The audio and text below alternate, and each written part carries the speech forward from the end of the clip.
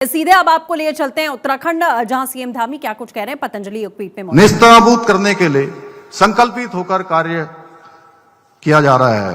आज संपूर्ण भारत आंतरिक रूप से कहीं अधिक सुरक्षित, संगठित और आत्मविश्वास से परिपूर्ण होकर विकसित और आत्मनिर्भर राष्ट्र बनने की दिशा में आगे बढ़ रहा है।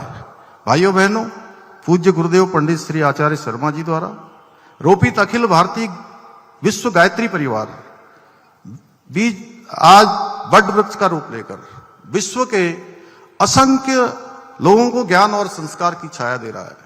आज गायत्री परिवार केवल एक धार्मिक संस्था नहीं, बल्कि सामाजिक, नैतिक, आध्यात्मिक नवजागरण का एक व्यापक जन आंदोलन बन चुका है, जो भारत की आध्यात्मिक चेतना को देश की सीमाओं से निकालकर विश्व के कोने कोने तक पहुंचाने का काम कर रहा है। मुझे प्रसन्नता है कि आज पूज्य गुरुदेव और वंदनीय माता जी के संकल्प को आगे बढ़ाने में डॉक्टर चिन्मया पांडेय जी अपने समर्पण से, साधना और विनम्र व्यवहार से एक सरल साधक के रूप में गायत्री परिवार को नित नई नई ऊंचाइयों तक पहुंचाने का कार्य कर रहे हैं।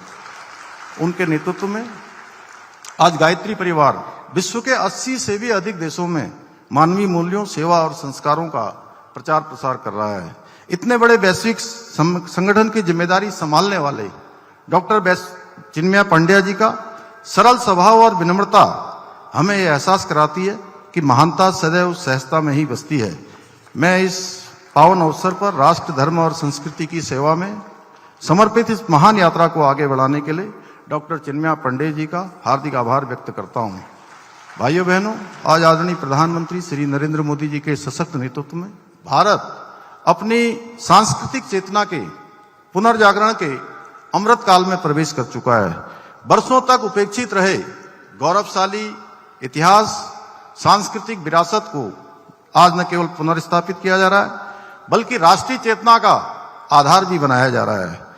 जो भारत कभी गुलामी वाली मानसिकता से ग्रस्त था, आज अपने सांस्कृतिक मूल्यों, अपनी परंपराओं, अपना वैज्ञानिक दृष्टिकोण पर गर्व करता है। आज हमारी सनातन संस्कृति की धर्म ध्वजा संपूर्ण विश्व के अंदर गर्व के साथ लहरा रही है। आदरणीय प्रधानमंत्री जी और आदरणीय गृह मंत्री जी के नेतृत्व और मार्गदर्शन में हमारी राज्य सरकार भी देवभूमि उत्तराखंड को देश की आध्यात्मिक राजधानी के रूप में पुनर्स्थापित करने के लिए अपने विकल्प रहित संकल्प के साथ उसको सिद्धि तक पहुंचाने के लिए निरंतर कार्य कर रही है।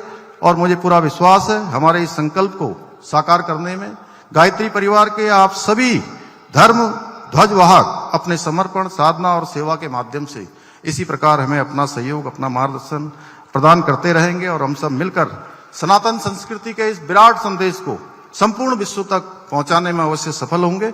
इन्हीं शब्दों के साथ मैं पुनः आदरणीय गृह मंत्री जी का हमें अपना आशीर्वाद देने के लिए, देवभूमि पधारने के लिए आभार व्यक्त करते हुए तथा मां गायत्री को प्रणाम करते हुए अपनी वाणी को विराम देता हूं। बहुत बहुत धन्यवाद। माननीय मुख्यमंत्री जी का